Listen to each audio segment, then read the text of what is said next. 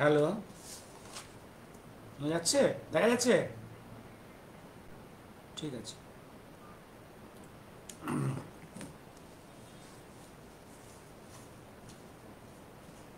Hello, শুভরাত্রি। Hoping I am audible and visible. আজকে কয়েকটা সাবজেক্ট খুব সহজ করে বলবার চেষ্টা করব, খুব সহজ করে। আমি আগেই লিখেছি। আমি সাবজেক্টগুলো হচ্ছে human origin, human migration, reverse migration, fatherlands, motherlands, এই কতগুলো কনসেপ্ট। আর শেষে আমি একটু প্রবেশ করব আর্যদের ভারত আক্রমণ তত্ত্ব, এরিয়ান ইনভেশন থিওরি, যেটা দিয়ে বলার চেষ্টা হয়েছে যে উত্তর থেকে কিছু আর্য নোম্যাডস তারা ভারতবর্ষে আক্রমণ করে, দখল করে ভারতবর্ষকে সভ্য করেছে। এই যে তত্ত্বগুলো শেষে আসবো, তার আগে এই বেসিক কতগুলো জায়গায় আসি আগে প্রথমে। কারণ মহাকাল কথন পড়তে গেলে মহাকালের কথার মধ্যে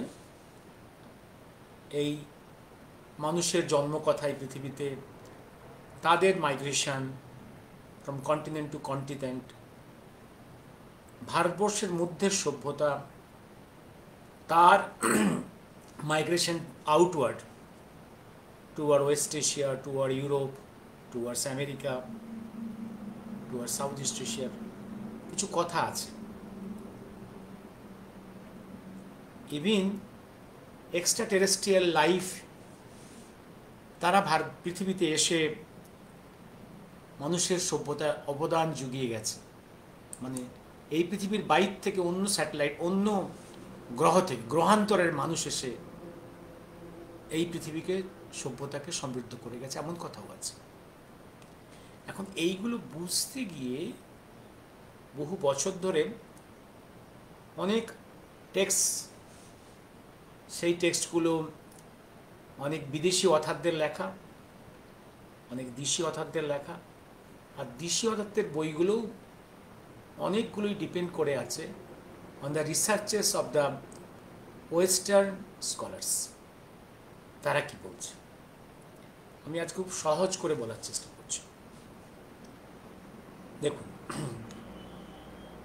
ডারউইন তত্ত্ব, ডারউইন মানব বিবর্তনের তত্ত্ব, বিবর্তনবাদের তত্ত্ব, ডারউইন নিজে তার লেখার মধ্যে খুব সম্ভবত মানুষ এক্স্যাক্টলি কত বছর আগে পৃথিবীতে অবতীর্ণ হয়েছে, আজকের যে মানুষ, যেটা হোমো স্যাপিয়েন্স, যেটা হোমিনিস, এই যে যারা আজকে পৃথিবীকে রুল করছে,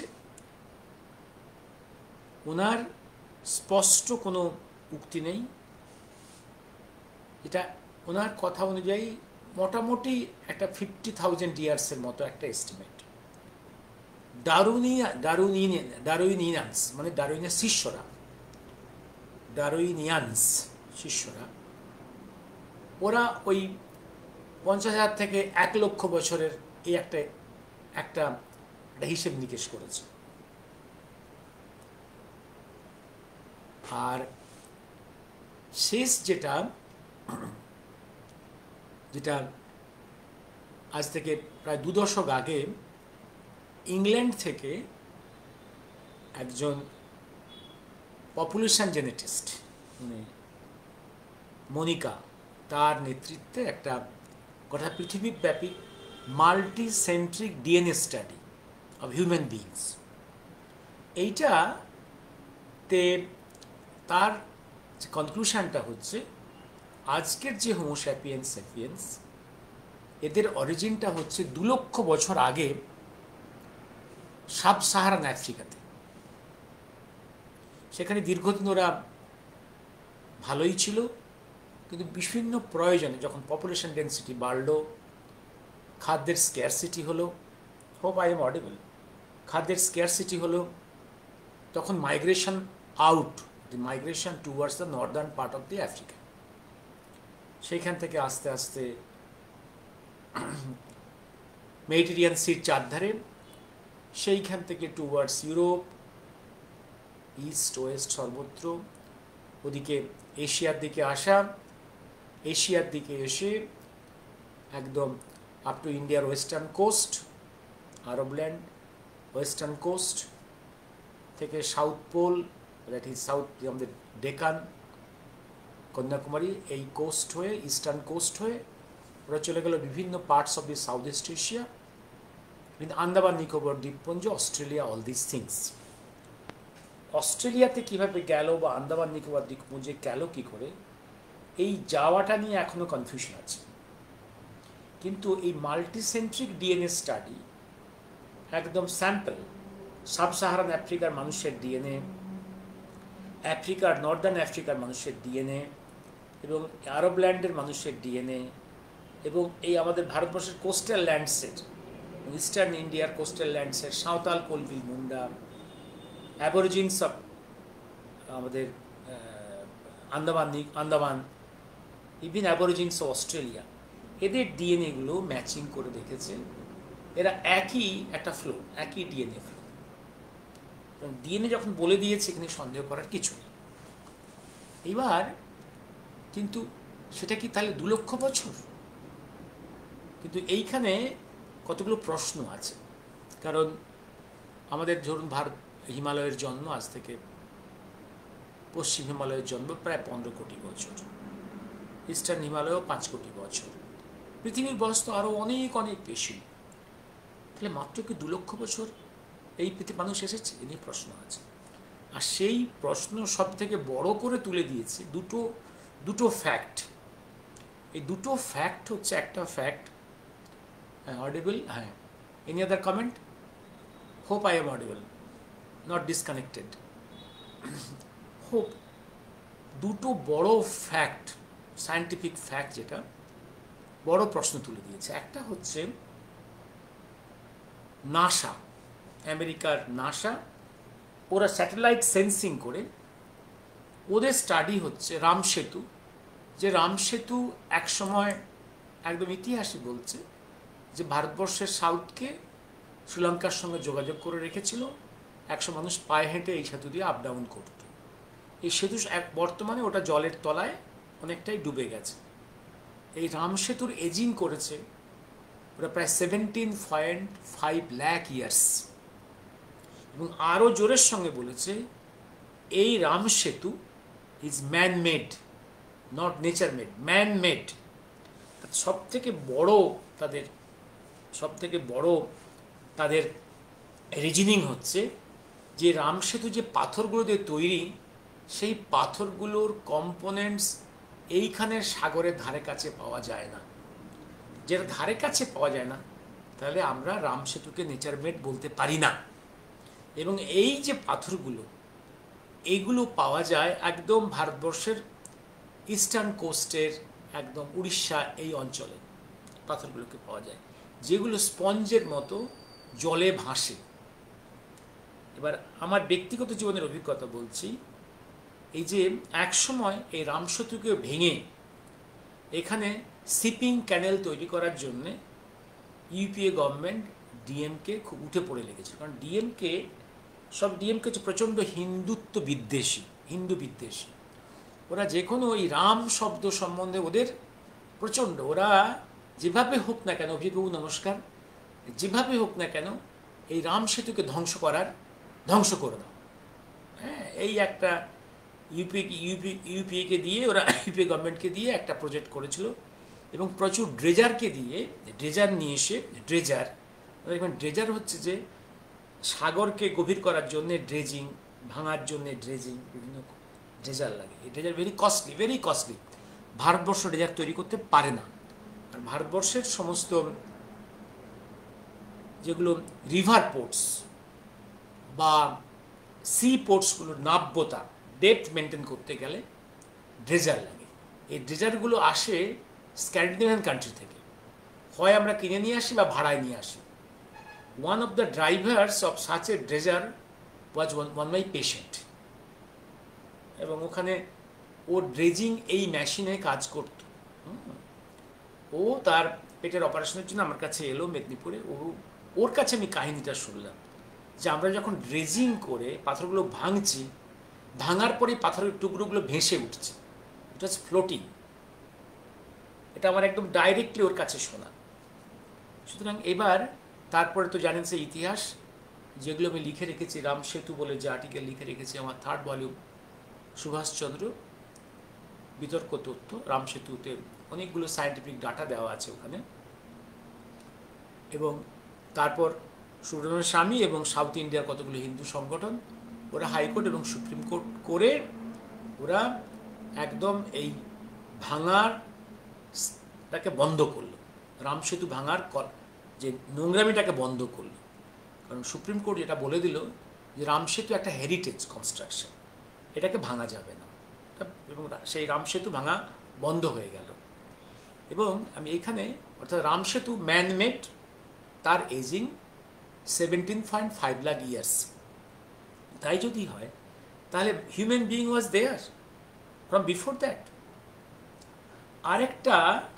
আরেকটা তথ্য হচ্ছে ইউরোপের জার্মানির বেদিক স্কলাররা খুব প্রাচীন এবং খুব সিরিয়াস।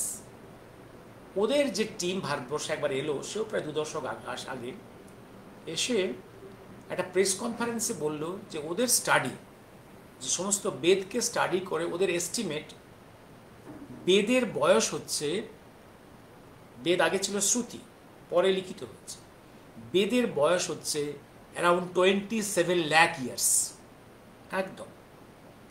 তাই যদি হয় তাহলে human beings must be from before. এই কথাগুলো আমি ওই আমার ভলিউমসে লিখে রেখেছি, কারণ ওদের প্রেস কনফারেন্সের নোটস। তাহলে এই পৃথিবীতে মানুষের জন্ম বহু আগে। আমরা স্যাম্পল পাচ্ছি না, আমরা ডিএনএ স্টাডিতে পাচ্ছি না, আমরা হিউম্যান রেমনেন্টস পাচ্ছি না, আমরা এক্সকাভেশন করে উঠতে পারছি না ঠিক এক্সাক্ট জায়গাতে। এই বিভিন্ন, তাহলে অনেকগুলো আমাদের মানুষের অরিজিনের সায়েন্টিফিক অ্যাপ্রোচের অনেকগুলো মিসিং লিঙ্কস আছে। আমি এই জায়গায় এইবার এই যে তাহলে হিউম্যান মাইগ্রেশনগুলো হয়েছে অ্যাজ পার দ্য মনিকার যে মাল্টিসেন্ট্রিক ডিএনএ স্টাডি। এই মানুষ পৃথিবীর বিভিন্ন প্রান্তে, ফ্রম আফ্রিকা, থিওরি হচ্ছে আউট অফ আফ্রিকা থিওরি, বিভিন্ন প্রান্তে এরা ছড়িয়ে পড়েছে। এটা হচ্ছে হিউম্যান মাইগ্রেশন গেল, migration out of Africa. Abhijit বাবু, হ্যাঁ, এবার আসছি আমি, এগুলো মাইগ্রেশন। এই মাইগ্রেশনটা হচ্ছে অ্যানিম্যাল ওয়ার্ল্ডে, on the lands and even oceanic animals, মহাসাগরের যা তরায় তিমি, অ্যানিম্যাল, ডলফিন, টর্টয়েজ, বড় বড় এরা, এদের মধ্যেই মাইগ্রেশন আছে। Migration from one ocean to other ocean, yearly এরা মাইগ্রেট করে বিভিন্ন প্রয়োজনে। যেমন বার্ডস, সাইবেরিয়া থেকে সাউথ এশিয়াতে বার্ডসগুলো শীতকালে আসে, আবার দে গো ব্যাক। এই মাইগ্রেশন, আবার এই মাইগ্রেশন, রিভার্স মাইগ্রেশন, এটা পৃথিবীর এটা চলে আসছে। অ্যানিম্যাল ওয়ার্ল্ডে যখন বরফ পড়ছে নর্দার্ন হেমিস্ফিয়ারে, তখন লাখে লাখে পশু খাদ্যের সন্ধানে, জীবনের সেফটির জন্য from one area to other area migrate করে। These are migrations. ঠিক তেমনি there are reverse migration in animal world. মানুষের জগতেও, মানুষের মধ্যেও কিন্তু রিভার্স মাইগ্রেশন আছে, যেমন আমাদের রিসেন্ট হিস্ট্রি দেখুন, একদম রিসেন্ট। আমি মাদারল্যান্ড ফাদারল্যান্ড একটু আসছি। আমি দেখবেন এই আজকের গতকালে একটা দুর্ঘটনা ঘটে গেছে কুয়েতে। চিন্তা করে দেখুন, কুয়েতের লোক সংখ্যা খুব সম্ভবত 1 কোটিরও অনেক নিচে, আমি ঠিক জানি না। এবং কুয়েতের লোক সংখ্যার 30% হচ্ছে ওখানকার Arab people, Kuwaiti people, Arab people 30%, 70% outsiders. এই 70%-এর নিয়ার অ্যাবাউট 7%, দ্য টোটাল 70%ই from South Asia. South Asia মানে এই ইন্ডিয়া পাকিস্তান বাংলাদেশ থেকে, ইন্ডিয়া পাকিস্তান বাংলাদেশ থেকে 70%। তাহলে আমরা যদি একটা বই লিখি যে ভারত ইন কুয়েত, লোকে হয়তো কিছু লোক হাসাহাসি করবে, ভারত ইন কুয়েত। এই ভারত ইন কুয়েত এটা আজকে নয়, এটা মাঝে মাঝেই হয়েছে। এটা আজকের এই 21st সেঞ্চুরির হিস্ট্রি নয়। ও এরকম সাইক্লিক্যালি হয়, মানব সভ্যতায় জিনিস বারে বারে ঘটে। যেমন ধরুন মাইগ্রেট করেছে, আবার এমনও হতে পারে একটা এমন কিছু একটা পলিটিক্যাল টার্ময়েল হলো কুয়েতে কালকের ঘটনায়, যে বিল্ডিংয়ে আগুন লেগেছিল, সেই বিল্ডিংয়ে সবাই ছিল নন আরবস, তারা পাকিস্তানি বা ইন্ডিয়ানস, এর মধ্যে মেজরিটি ইন্ডিয়ানস যারা পুড়ে মারা গেছে। Out of 49 deaths 40 are Indians, ভারতীয়। এবার হাউ মাচ ভারতীয়ানস are in the Arab land, in Kuwait and Saudi Arab and even UAE, all these areas। তাহলে একটা ভারত বসে আছে ওখানে। এই ভারতের আগেও একসময় অনেকবার বসেছিল, এই জায়গাটাই। এই যে এই ভারতবাসীর আরব ল্যান্ডে মাইগ্রেট করা, এই বিপুল সংখ্যা, ইভিন সংখ্যাটা ওদের অরিজিনাল লোকের থেকে অনেক বেশি। আজকে আরব ল্যান্ডের একটা জায়গাতে হিন্দুদের মন্দির তৈরি হচ্ছে, সেখানে আরব শেখেরা, কোটিপতিরা, প্রিন্সরা, রুলার্সরা সেখানে আমাদের ধর্মমত পালন করে সেখানে কলাপাতায় বসে খাচ্ছে, প্রসাদ খাচ্ছে, আমাদের নাম সংকীর্তন করছে। এই জিনিসটা এই যে প্রথম হচ্ছে তা নয়, এর আগেও হয়েছে। এবং সেই কথাগুলোই ওয়েস্টার্ন স্কলাররা লিখে রেখেছে অনেক বইয়ের মধ্যে। ভারতবর্ষ থেকেই একসময় মানুষ ওয়েস্ট এশিয়াতে গিয়েছে, ইজিপ্টের সভ্যতা তৈরি করেছে। আজকের যে প্যালেস্টাইন, এই প্যালেস্টাইনের শব্দের অরিজিনটা হচ্ছে পালিস্তান। পালি ভাষাভাষী লোকেরা এখানকার সভ্যতাকে সমৃদ্ধ করেছে, তাই পালিস্তান, প্যালেস্টাইন। আজকে যে গাজাতে এত রক্তক্ষয়ী সংগ্রাম, এই গজ সম্প্রদায়ের মানুষ ভারতবর্ষ থেকে গিয়ে এই জায়গাটাকে উন্নত করেছিল। গাজা এরকম করে এই যে কুর্দসরা, এই যে ইরাকের পশ্চিম থেকে আরম্ভ করে তুর্কি, হ্যাঁ, এই যে অঞ্চলে কুর্দরা আছে, এই কুর্দরা মাইগ্রেট করেছে ফ্রম ভারতবর্ষ। সম্ভবত মহাভারতের যুদ্ধের শেষে যে ভারতবর্ষের জিও পলিটিক্যাল টার্বুলেন্স হয়েছিল, সেই টার্বুলেন্সের সময় প্রচুর মানুষ ভারত থেকে চলে গিয়েছে ওয়েস্ট। তাদের অনেকেই আবার চলে গেছে আমেরিকা, সেন্ট্রাল আমেরিকাতে। এভাবে প্রচুর ইতিহাস আছে। এগুলোকে বিদ্রুপ করে কোনো লাভ নেই, এগুলো সিরিয়াসলি এই ভলিউমসগুলো পড়তে হয়। এগুলো ওয়েস্টার্ন স্কলাররা লিখে রেখেছে। এবার এক জায়গায় মহাকাল বলেছেন না, মহাকাল একটা, এই যে তোমরা মনে করো এই যে ইজিপ্টের এত বড় বড় পিরামিড, এটা কি রাতারাতি তৈরি করে ফেললো? এত বড় বড় পিরামিড মিশরীয় সভ্যতার প্রথম যুগের, তা শেষের দিকেও নয় যে প্রথমের দিকে ছোট ছোট পিরামিড তৈরি করেছে, পরের দিকে বড় বড় পিরামিড তৈরি, তা কিন্তু নয়। বড় বড় সব পিরামিডগুলোই মিশর সভ্যতা প্রথম যুগের। একটা জায়গায় বোল্ডলি বলছে, এ তোমাদের বাংলার ইঞ্জিনিয়াররা গিয়ে তৈরি করেছে।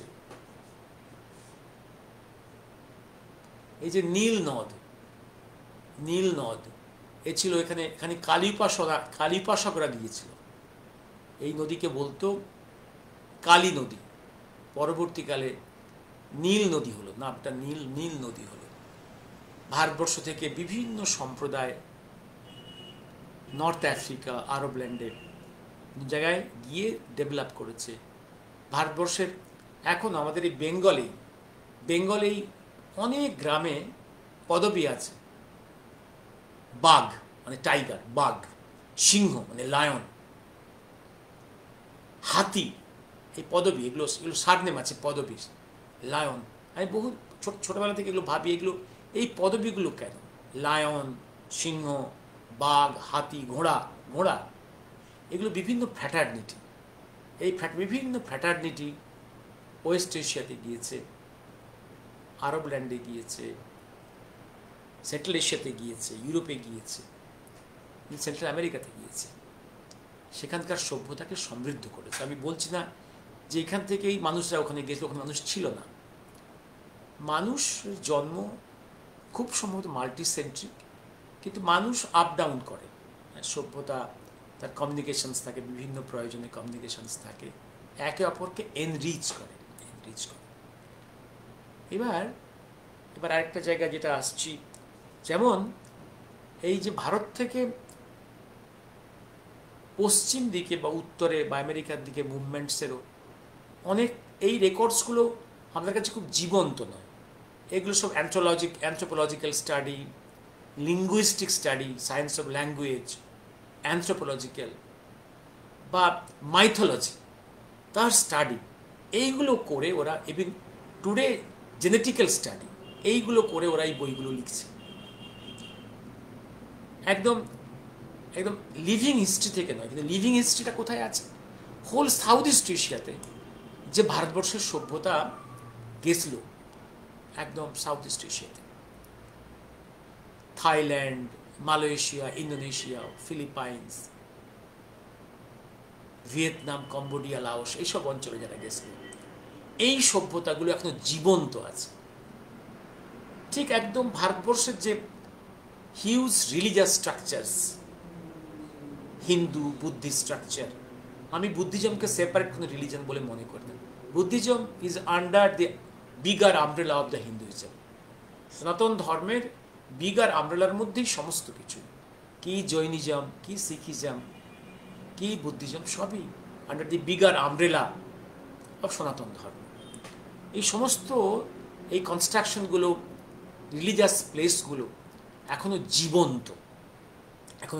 Thailand, Malaysia, Indonesia, Vietnam, Laos, Cambodia, এখনো মাটি খুঁড়ে ভারতবর্ষের মন্দিরের কনস্ট্রাকশন পাওয়া যাচ্ছে।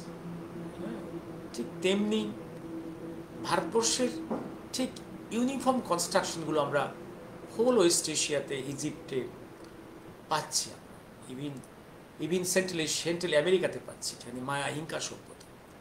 এবার দেখুন তো একটা জিনিস, ভারতবর্ষের যে সভ্যতা মূলত পৌত্তলিক সভ্যতা, আর এই জন্যেই আমরা কুখ্যাত বা বিখ্যাত। আমাদের, আমি পুতুল পুজো নিয়ে একদিন বক্তব্য রেখেছিলাম যে পুতুল পুজোর মতো সায়েন্টিফিক প্রসেস আর হয় না। পৃথিবীতে সব মানুষই, সব সভ্যতাই, সব স্টাডি, সব টেক্সট বুকস, সব লার্নিংস, সব মেথড অফ লার্নিংস মূলত পুতুল নির্ভর, পৌত্তলিক, পরিষ্কার। পুতুল বাদ দিয়ে, সিম্বল, স্কেচ, আইকনস বাদ দিয়ে মানব সভ্যতার জ্ঞান ট্রান্সমিশন অসম্ভব হয় না। এবার দেখুন, ভারতবর্ষের সভ্যতা পৌত্তলিক, রোমান সভ্যতা পৌত্তলিক, গ্রিক সভ্যতা পৌত্তলিক, ইজিপশিয়ান সভ্যতা পৌত্তলিক, ব্যাবিলন সভ্যতা পৌত্তলিক, মায়া ইনকা সভ্যতা পৌত্তলিক। শুধু পৌত্তলিক নয়, ভারতবর্ষের যে দেবদেবী, the goddess of learning Saraswati, সেখানে আছে অন্য নামে, একটু মডিফাইড ফর্ম।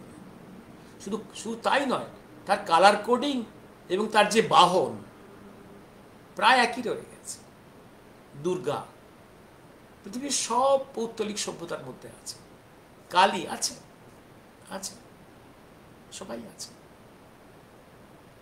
এবার প্রশ্ন হচ্ছে, ওদের সভ্যতা আগে না আমাদের সভ্যতা আগে? সেই প্রশ্নের উত্তর কিন্তু অনেক স্কলার দিয়েছেন, এবং আমি দিন কয়েক আগে পড়ে শুনিয়েছি, একদম স্পষ্ট করে বলে দিয়েছেন ম্যাক্স মুলার সম্বন্ধে কিছু লোকের আপত্তি যাই থাক, উনি কিছু কথা স্পষ্ট করে বলেননি, কারণ তিনি ছিলেন, he was a paid servant in the British empire, in England. তাকে কিছু তার অব্লিগেশন ছিল, কিছু কথা সাবধানে বলতে হয়েছে, কিন্তু যেগুলো ভলিউমসে লিখে দিয়ে গেছে, পরিষ্কার কি বলেছে যে তোমরাই বলো এবার। উনি ইংল্যান্ডের স্পিচ দেওয়ার সময় তো বলছেন তোমরাই বলো এবার তোমাদের গ্রিস এবং রোমের যে মাইথোলজি আর ভারতবর্ষের যে বেদিক মাইথোলজির কোনটা প্রাচীন। এদের মাইথোলজি আর তোমাদের মাইথোলজি, এদের যে গসপেলস, এদের যে এগুলো আর তোমাদের গসপেলস, বলো বলো কে প্রাচীন। এই যে এগুলোর যে মুভমেন্টস ইস্ট থেকে ওয়েস্টে এসছে না ওয়েস্ট থেকে ইস্টে গেছে, কি বলছেন? দেখো সব থেকে প্রাচীন কিন্তু ভারতবর্ষ। এই ভারতবর্ষ উত্তরে হিমালয়ের একটা প্রোটেকশন, পশ্চিমে ডেজার্ট ল্যান্ডস, দক্ষিণে সাগর, এই যে কনফাইন্ড এরিয়ার মধ্যে এদের সভ্যতা বহুদিন ডেভেলপ করার মতো এক্সপেরিমেন্ট করেছে, তারা পরীক্ষা নিরীক্ষা করে একটা সভ্যতা তৈরি হয়েছিল।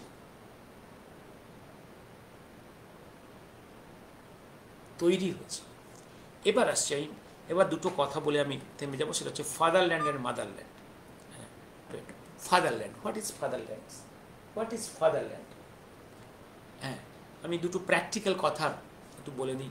যেমন ধরুন এই যে মাইগ্রেশন, রিভার্স মাইগ্রেশনের কথা, এক সময় যখন মাইগ্রেশন যখন ইউরোপের যখন জনবিস্ফোরণ ঘটল, তাদের প্রয়োজনের তাগিদেই তাদেরকে পৃথিবীর বিভিন্ন প্রান্তে অ্যাক্রস দি ওশেন্স তাদের কন্টিনেন্ট খুঁজতে হলো। তারা আমেরিকা আবিষ্কার করলো, তারা ভারতবর্ষ আফ্রিকা আবিষ্কার করলো, অস্ট্রেলিয়া নিউজিল্যান্ড আবিষ্কার করলো।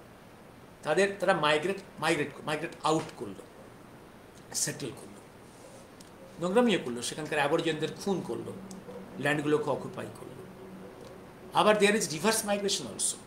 এরকম ধরুন যখন ভারতবর্ষে 47 যখন ট্রান্সফার অফ পাওয়ার হয়ে গেল, ওদের প্রায় 2 থেকে প্রায় 3 লাখ ফ্যামিলিজ এখানে ছিল, ব্রিটিশ ফ্যামিলিজ। ওদেরকে ওই সময় কিন্তু একদম কয়েক মাসের মধ্যে শত শত জাহাজ আনিয়ে বিভিন্ন প্রান্ত থেকে ওদেরকে ব্যাক করতে হলো, ইংল্যান্ডে ব্যাক করতে হলো। That's reverse migration. Reverse migration চিন্তা করে দেখুন, এক সময় যে শ্রীলঙ্কার যে সভ্যতা, শ্রীলঙ্কার যারা এস্টাবলিশ লোক, যারা ওখানকার প্রতিষ্ঠিত, যারা সিলোনিজ, ক্লাসিক্যাল যারা বলি সিলোনিজরা, শ্রীলঙ্কাবাসী, তারা কারা? They are from the eastern India, mainly Bengalis. Bengal, Orissa এই জোন থেকে ওরা মাইগ্রেট আউট করেছিল আজ থেকে 2500 বছর আগে। তাদেরই বংশধররা হচ্ছে ওখানে অরিজিনাল সিলোনিজ। তারা সে কথা স্বীকার করে, এটা ভগবানজি বলছে। এবং আমার কারণ শ্রীলঙ্কার কিছু ফ্যামিলির তারা কলেজ স্ট্রিটে বাড়ি আছে, তারা ইয়ারলি আপ ডাউন করে এবং ইতিহাস সাক্ষী। কারণ বৌদ্ধ ধর্ম এখান থেকে গিয়েছে, দাঁতন থেকে, মেদিনীপুর থেকে, এবং জাহাজ যেত আপ ডাউন করতো, এগুলো ঐতিহাসিকভাবে এস্টাবলিশড। তাহলে অরিজিনাল সিলোনিসগুলো বেসিক্যালি বেঙ্গলিজ, কিছু ওড়িয়া হলো। আর বৃহত্তর বেঙ্গল বলতে একসময় উড়িষ্যা, বিহার সব কিছু নিয়েই বোঝাতো বেঙ্গল। এবার আসছি আমি, এবার তারপরে 19th সেঞ্চুরি, 18th সেঞ্চুরি, এই সময় যখন ব্রিটিশ ক্ষমতায় আসছে সাউথ এশিয়াতে, তখন for plantation in the northern part of Sri Lanka, Jaffna এরিয়াতে, ওরা in thousands they took plantation workers to the northern part of the Sri Lanka. তারা তামিল, এরা হিন্দু। অরিজিনাল শ্রীলঙ্কাবাসী যারা বেঙ্গলিজ, তারা বুদ্ধিস্ট, রিটেন দ্য বুদ্ধিজম। কিন্তু বেঙ্গল যে একসময় বেঙ্গল ওই সময় যে পুরো বুদ্ধিস্ট হয়ে গেছিল, তারা কিন্তু ব্যাক করেছে আবার হিন্দু ধর্মে, সনাতন ধর্মে। শ্রীলঙ্কা তার বুদ্ধিজম রিটার্ন করেছে। এই যে সাউথ থেকে যারা গেল তামিলরা, এরা হচ্ছে হিন্দুই রয়ে গেছে। এবার পরবর্তীকালে বিভিন্ন দ্বন্দ্ব শুরু হয়েছিল, প্রচণ্ড চাপে আমাদেরকে লক্ষ লক্ষ তামিলদের আবার ব্যাক করতে হয়েছে। That is reverse migration. আবার ইন্ডিয়াতে ব্যাক করতে হয়েছে। They are settled in South India and some are settled in Andaman. এইটা রিভার্স মাইগ্রেশন। ইন্ডিয়া থেকে গিয়েছে আর ইন্ডিয়াতে ব্যাক করে এসেছে, রিভার্স মাইগ্রেশন। মাইগ্রেশনের একদম রিসেন্ট উদাহরণ, পার্টিশনের সময় পাঞ্জাব, ইস্ট পাঞ্জাব থেকে ওয়েস্ট পাঞ্জাব থেকে লাখস হিন্দু এবং শিখকে ভারতবর্ষে চলে আসতে হয়েছে, দ্যাট ইজ মাইগ্রেশন। আবার ধরুন বা ওই বেঙ্গলেও ইস্ট বেঙ্গল থেকে ইন ক্রোডস হিন্দুকে ইন ফেজেস ইন্ডিয়াতে আসতে হয়েছে, দিস ইজ মাইগ্রেশন। আবার রিভার্স মাইগ্রেশনও আছে। রিভার্স মাইগ্রেশন কীরকম, একটা উদাহরণ দিচ্ছি। মাইগ্রেশন আমি বললাম, দুটো উদাহরণ দিলাম। শ্রীলঙ্কা থেকে হিন্দু তামিলদের ভারতবর্ষে ফিরে আসা, ইংরেজদের 47-এ প্রায় 3 লক্ষ ফ্যামিলি ইংল্যান্ডে ফিরে যাওয়া, দ্যাটস রিভার্স মাইগ্রেশন। আর একটা খুব বড় রিভার্স মাইগ্রেশন হয়েছিল, খুব বড় রিভার্স মাইগ্রেশন হয়েছিল। What is that reverse migration? What is that reverse migration? আমি এবং কানটা অ্যালার্ট করে রাখুন, আমি তার আগে দুটো টার্ম ক্লিয়ার করে দিই। একটা হচ্ছে মাদারল্যান্ড। মাদারল্যান্ড, এই পৃথিবীতে কিছু মানুষ তার জন্মভূমিকে মাদারল্যান্ড বলে। এখন যতটুকু আমি জানি, আমরা ভারতীয় সনাতনীরাই আমরা আমাদের মাদারল্যান্ড, আমাদের জন্মভূমিকে মাদারল্যান্ড বলি। সম্ভবত আর পৃথিবীর কোনো দেশের মানুষ সম্ভবত মাদারল্যান্ড বলে না, আমার ঠিক জানা নেই। এবং মানব সভ্যতার বিবর্তনে ম্যাট্রিয়ার্কি মানে প্যাট্রিয়ার্কি আর ম্যাট্রিয়ার্কি, এই যে দুটো, পিতৃতান্ত্রিকতা আর মাতৃতান্ত্রিকতা, এই যে দুটো জিনিস মানব সভ্যতার অরিজিনে মানব সমাজ ছিল মাতৃতান্ত্রিক।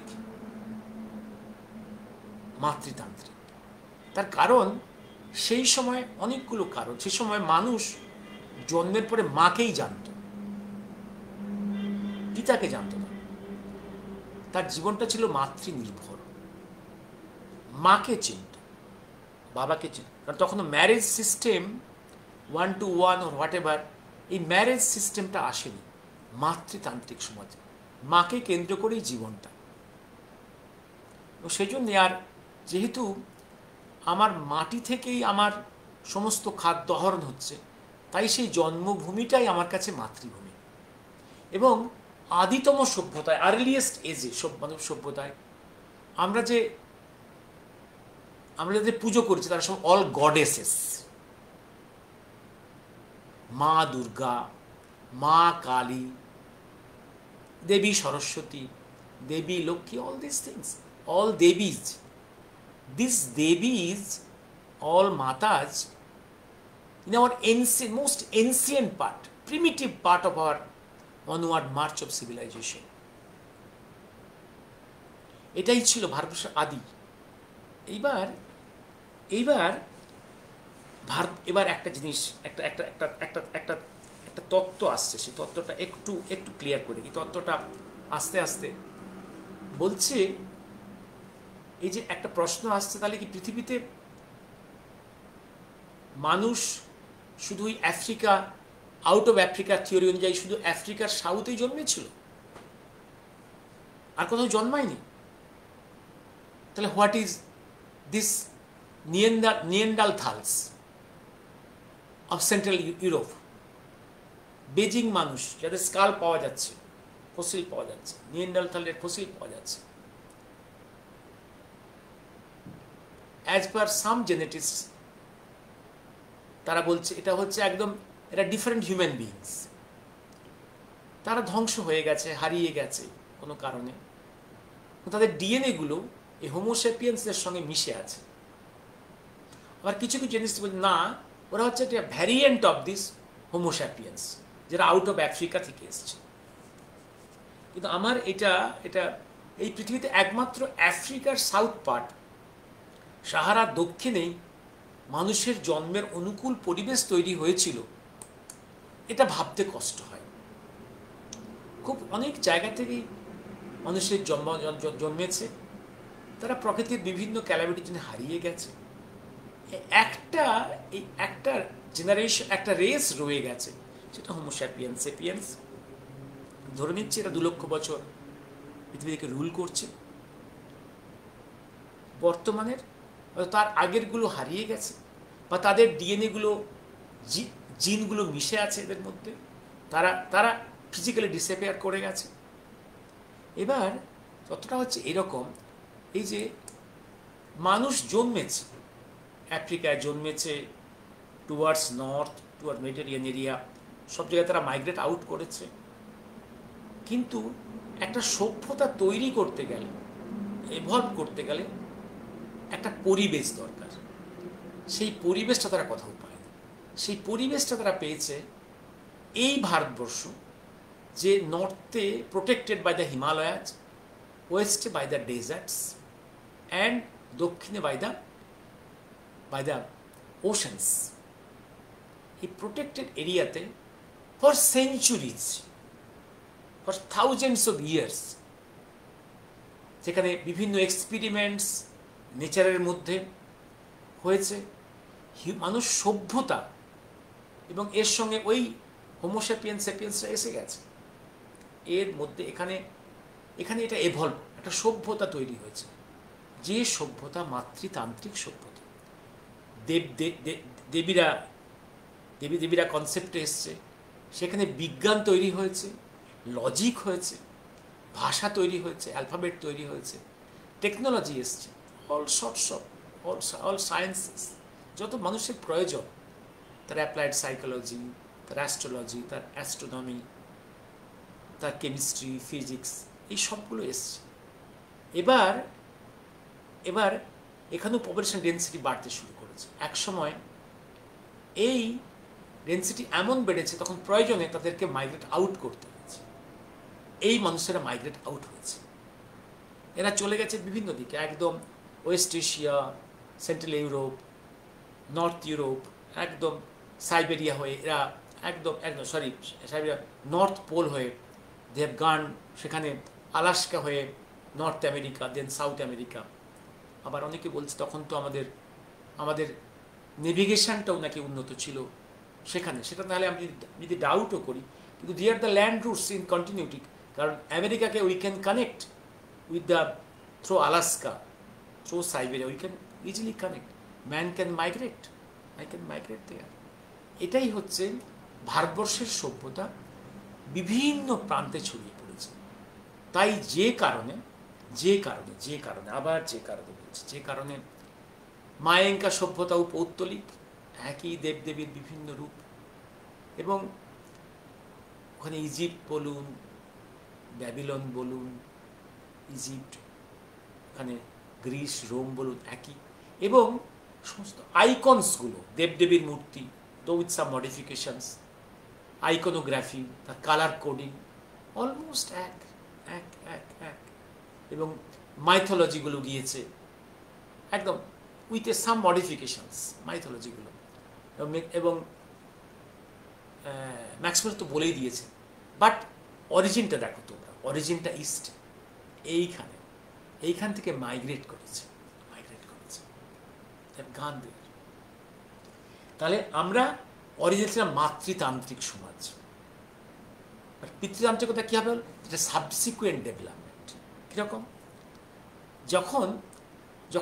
যখন মানুষ তার হোমল্যান্ড থেকে মাইগ্রেট আউট করে, তখন পুরুষের বাহুবলের ডোমিনেন্সটা প্রয়োজন হয়, তখন নারীকেও পুরুষের বাহুবলের হেল্প নিতে হয়।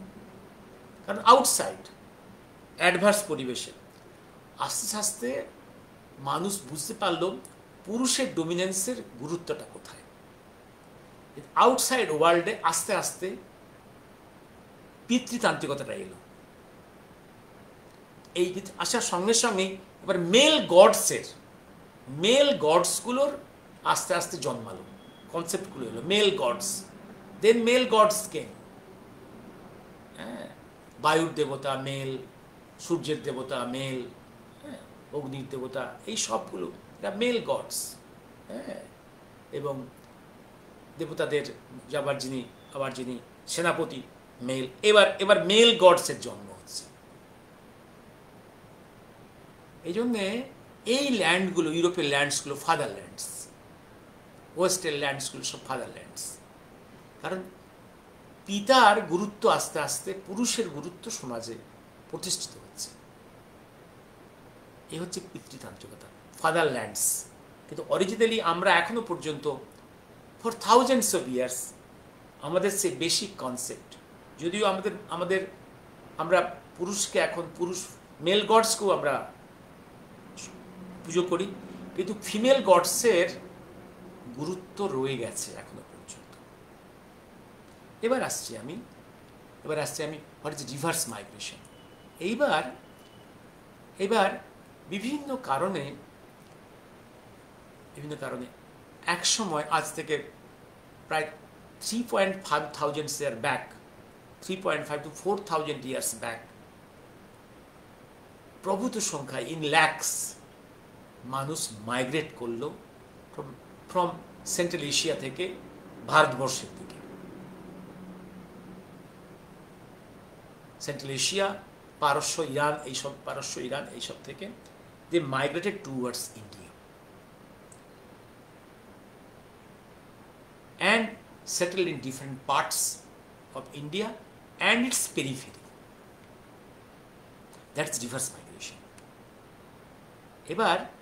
যেহেতু এই মানুষগুলো পৃথিবীর বিভিন্ন প্রান্তে যখন ছিল, যেমন পার্টিকুলারলি নর্থে যারা ছিল, কোল্ড হেমিস্ফিয়ারে, নর্দার্ন কোল্ড হেমিস্ফিয়ারে ঠান্ডার জায়গাতে ওদের গায়ের রং পাল্টালো, দে বিকেম হোয়াইট,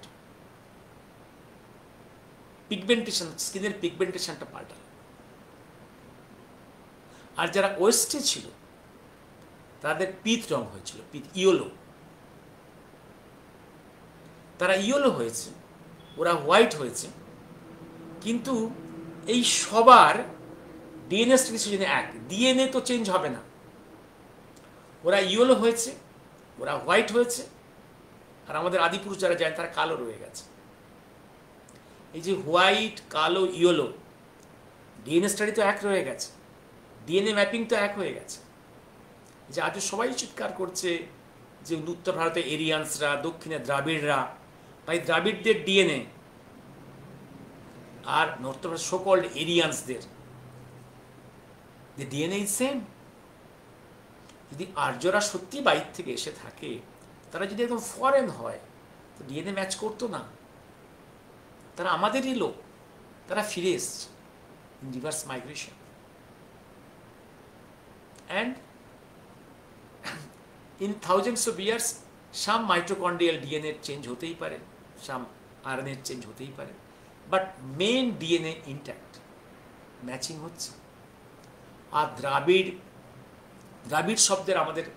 দ্রাবিড় শব্দের যে ব্যাখ্যা ওরা দিচ্ছে, ওয়েস্টার্নসরা যারা বিকৃত মানে করছে, দ্রাবিড় শব্দ, দ্রাবিড় কোনো ethnic, Dravid do not denote any ethnicity.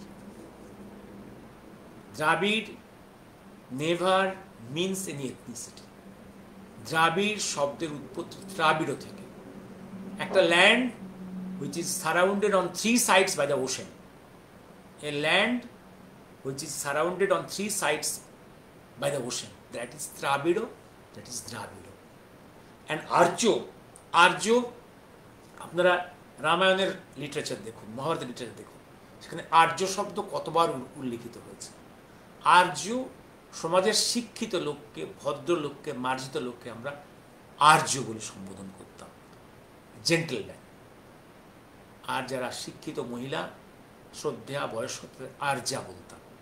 এই যে রামায়ণ মহাভারতের যুগে সাহিত্যে দেখবেন শিক্ষিত ভদ্র মহিলাকে আর্যা বলে সম্বোধন করছি।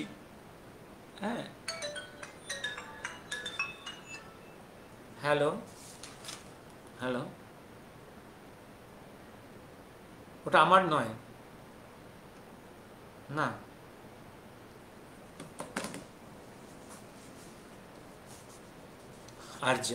আর্য। সুতরাং এইগুলোকে কিছু স্বার্থান্বেষী মানুষ তার ইম্পেরিয়ালিস্ট পারপাসের জন্য এই মানেগুলোকে বিকৃত করছে। দ্রাবিড় শব্দের ভুল ব্যাখ্যা দিচ্ছে, আর্য শব্দের ভুল ব্যাখ্যা দিচ্ছে। আর্য যারা ভারতে প্রবেশ করে আমাদেরই লোক, আপনার few thousand years they have come back, তারা আমাদেরই লোক। আমি আজকেই বলে শেষ করব, পরে একদিন এই যে পৃথিবীর হিউম্যান মাইগ্রেশনের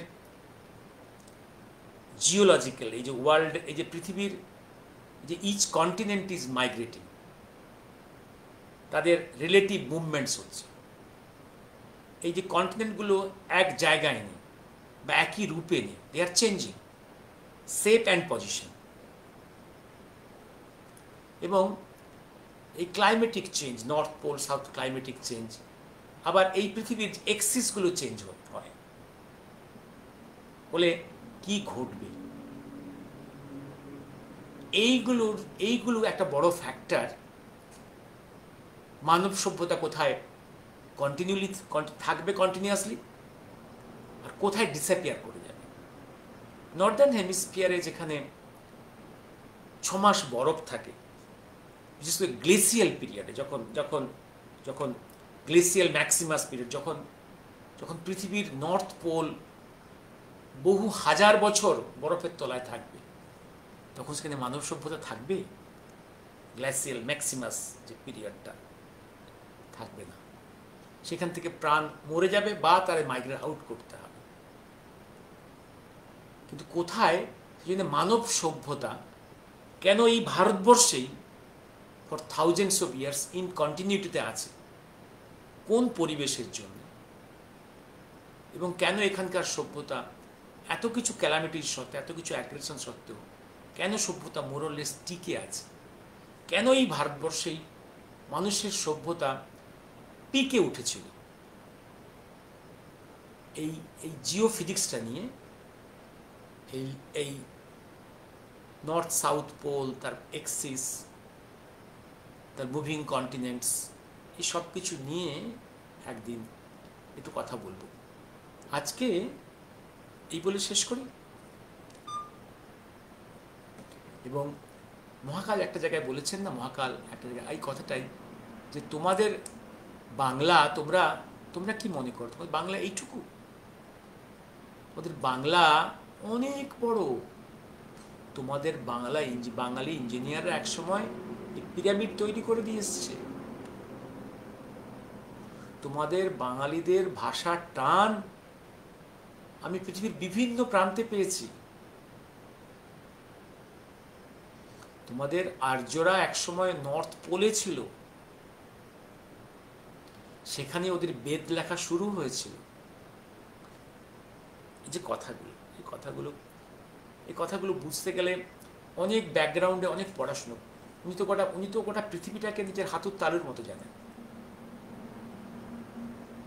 সমস্ত সভ্যতার ইতিহাস ছোটবেলায় 16 বছর বয়সেই বলেছেন, আমাকে গোটা মানব সভ্যতার ইতিহাসটা ভালো করে জানতে হবে, পড়তে হবে, তা নাহলে আমি কি করে ভবিষ্যৎ কি হয় বলবো। আমাকে যদি প্রফেট হতে হয়, এগুলো সব জানতে হবে। এবং আমি বাংলা কত বড় ছিল আমি জানি বলেই কেঁদে মরছি। একটা জায়গায় বলেছেন, বাংলা ওদিকে, তোমার বাংলা হচ্ছে ওই যে উত্তরে যেখানে কৈলাস পর্বত থেকে 3টে মহানদী নেমে এসছে, এদিকে গঙ্গা যমুনার বেল্ট, এদিকে ব্রহ্মপুত্রের বেল্ট, তিব্বতের লোয়ার সাউদার্ন পার্ট, এই যে পুরো অংশটা তোমার বাংলা মা, সবটা তোমার বাংলা মা। আমি একসময় বসবো আপনার সঙ্গে বঙ্গা হৃদি, এই মানব সভ্যতায় এই বেঙ্গলের কি রোল ছিল। লাস্ট ইন্টারগ্লেসিয়াল পিরিয়ড, দুটো আইস এজ, লাস্ট আইস এজটার বয়স আজ থেকে 16,000 বছর আগে। লাস্ট আইস এজ 16,000 বছর আগে। তার আগের আইস এজটা হচ্ছে 40,000 বছর আগে। এই আইস এজগুলোর সময়, এই আইস যখন গ্লেসিয়াল পিক, যখন কোল্ড যখন পৃথিবীকে একদম নর্থ হেমিস্ফিয়ারটাকে বরফের তলায় চলে যায়, সেখানে মানুষ থাকতে পারে না। বাট ইন্টারগ্লেসিয়াল, এই গ্লেসিয়াল ফেজেও মানুষ থাকবে ভারতবর্ষে ছিল। কিন্তু কিন্তু আবার এই যখন যখন বরফ জমে যাবে, তখন এই যে আমাদের বে অফ বেঙ্গল, এই বে অফ বেঙ্গল থেকে আপ টু আন্দামান, এগুলো যেহেতু জলগুলো সব পোলে চলে যাবে, এগুলো শুকিয়ে যাবে, তখন মানুষ এই সুন্দরবন থেকে পায়ে হেঁটে যেতে পারবে আপ টু আন্দামান নিকোবর। আবার যখন ইন্টারগ্লেসিয়াল, যখন আবার এই পোলার আইসগুলো মেল্ট করে যাবে, তখন এই যে কোস্টাল বেল্টসগুলো, ভারতবর্ষের সমস্ত গোটা পৃথিবীর কোস্টাল বেল্টসগুলো আবার জলের তলায় চলে যাবে। সেখানে মানুষের সভ্যতা যেগুলো, সেগুলোকে আবার মাইগ্রেট আউট করতে হবে, সব জলের তলায় চলে যাবে। ধরো আজকের পৃথিবীর দুটো পোলের যে বরফের স্তূপগুলো যদি গলতে শুরু করে, গোটা সুন্দরবন, কলকাতা, ম্যাড্রাস জলের তলায় চলে যাবে। বিভিন্ন কারণে মানুষকে মাইগ্রেট আউট করতে হয়েছিল। এই যে গঙ্গা হ্রদি, এই যে বেঙ্গলের গঙ্গা হ্রদি, এই যে সভ্যতা, এই সভ্যতার মানুষকে একসময় গোটা পৃথিবীতে ছড়িয়ে পড়তে হয়েছিল।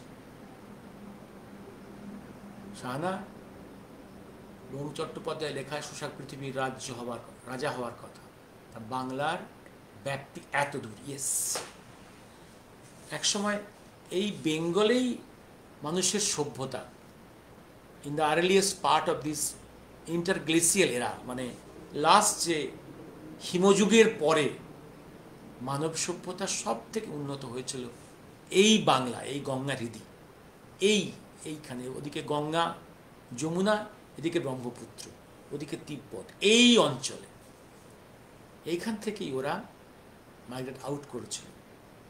প্রথমে একদম central Asia, West Asia, Egypt থেকে আরম্ভ করে মায়া ইনকা সভ্যতা, আমেরিকা। তারপরের ফেজে দেখা যাচ্ছে, যেটা এখনো জ্যান্ত আছে, south east Asia, Laos, Cambodia, Vietnam, Indonesia, Malaysia, থাইল্যান্ডে আমাদের সভ্যতাটা এখন জ্যান্ত আছে। তার সমস্ত মন্দির রাশি, হাজারে হাজারে জ্যান্ত আছে। কিছু মাটির তলায় চলে গেছে, কিন্তু অনেক কিছুই আছে। আজকে শাহানা বঙ্কিম চট্টোপাধ্যায়ের লেখায় পড়ে শোষাগরা পৃথিবীর রাজা হবার কথা, বাংলার ব্যাপ্তি এত দূর। রামসেতুর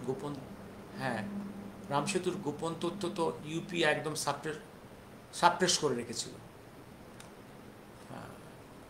নমস্কার কঙ্কনা, আমি এবার থামি আজকে। আমি দেখি জিওফিজিক্স নিয়ে একদিন বসবো, আমি কীভাবে জিওফিজিক্যাল কন্ডিশনসের জন্যে মানুষকে মাইগ্রেট করতে হয়।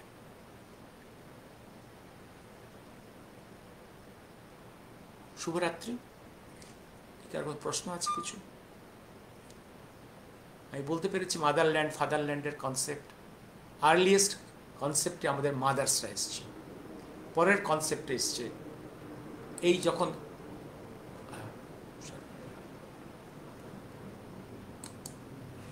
সরি আমি আবার এসে গেছি। সরি, আমি কেটে ফেলেছিলাম। দেখবেন আমাদের আর্লিয়েস্ট দেবীরা হচ্ছে গড, হল সব goddess.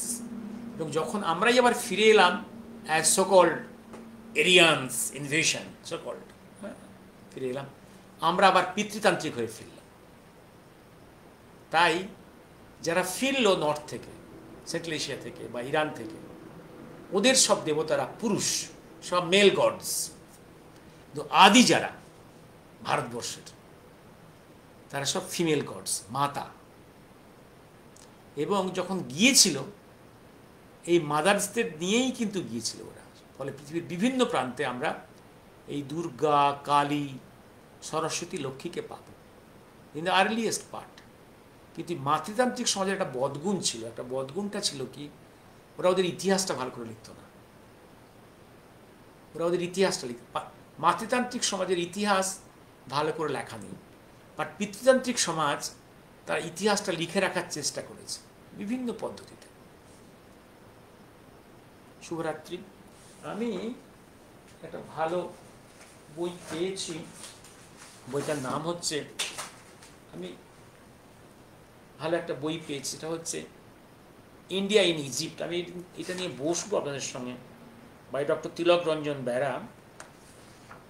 Is a eye surgeon, he has worked in the Indian army, retire করেছেন। উনি গোটা পৃথিবী ঘুরে বেড়ান, অনেকগুলো ভালো ভালো বই লিখেছেন, একদম পিক্টোরিয়াল। বইটার নাম হচ্ছে ইন্ডিয়া ইন ইজিপ্ট। আজকে যদি আপনি বই লেখেন ভারত ইন কুয়েত, খুব খারাপ হবে কি? আমি একটা সেন্টেন্স পড়ে থেমে যাব আজকে বইটার।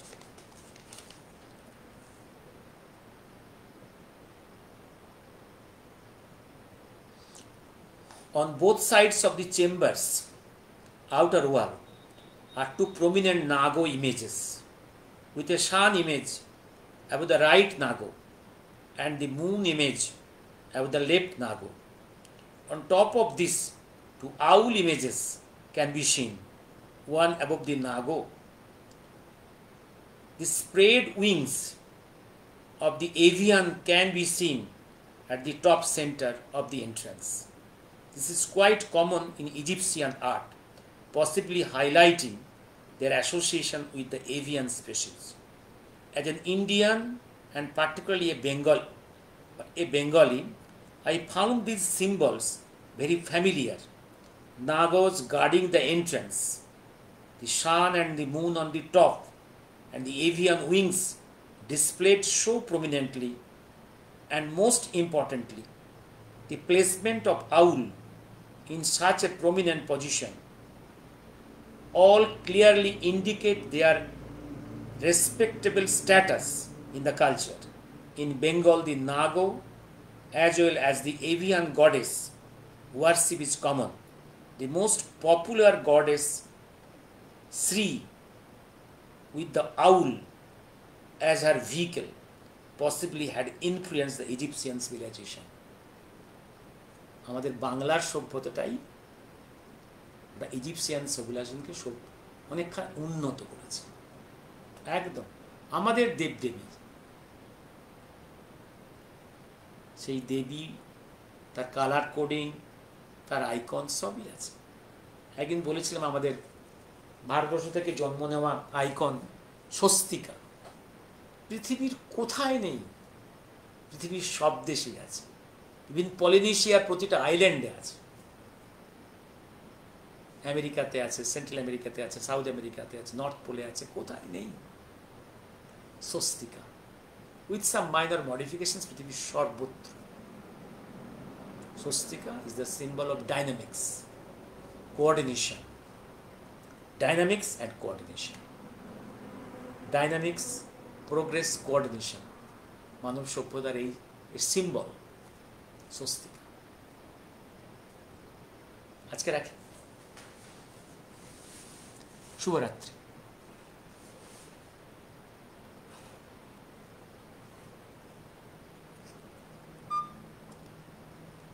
আশা করি আর বিরক্ত উচিত নয়, প্রায় 1 ঘন্টা হয়ে গেল। আশা করি আমি সহজ করে কথাগুলো বলতে পেরেছি।